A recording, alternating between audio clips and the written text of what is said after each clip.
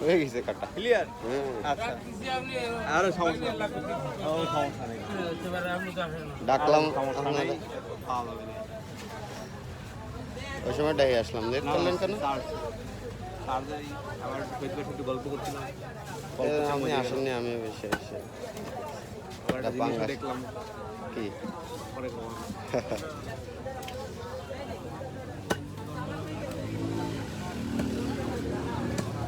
সবসময় কাজ নিয়ে থাকলে হবে, দু এক সময় একটু বিনোদন করতে হবে। কি করলাম ভাই?